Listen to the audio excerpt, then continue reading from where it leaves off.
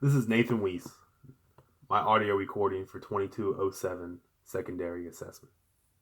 At this point, my BSI is on, and I have established that my scene is safe, as well as completed my primary assessment. I will now begin my secondary assessment. My secondary assessment will begin with the history of the current illness or injury. How long ago did the symptoms arise? Were they sudden or gradual? What was the patient doing when it began? Does anything make the pain better or worse? I will ask the patient to describe the pain in any movement or radiation.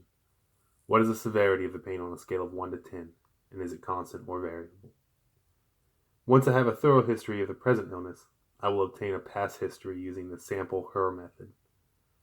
Does the patient have any food or medicine allergies? What medications, including supplements and home remedies, are being taken? Are medications being taken as directed? What pertinent medical history does the patient have? How long has it been since the patient ate anything, and what was it? What were the events leading up to the present illness?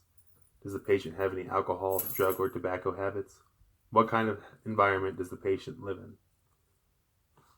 Does the patient have any risk factors such as obesity, family history, or psychiatric disorders?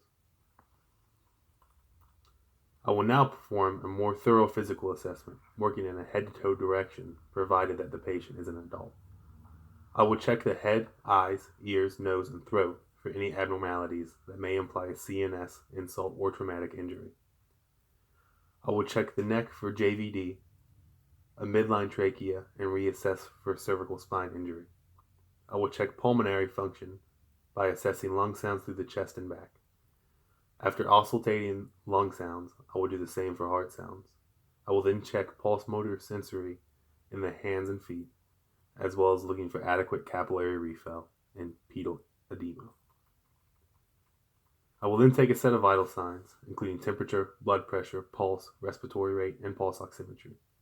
I will test blood glucose levels, evaluate end-tidal CO2, and perform an ECG as indicated. I will note the patient's skin, level of consciousness, and eyes. At this point, I will have enough information to establish a differential diagnosis. I will perform any necessary interventions or contact the receiving facility to prepare interventions that are not available in the field. I will reevaluate transport priority and continually reassess.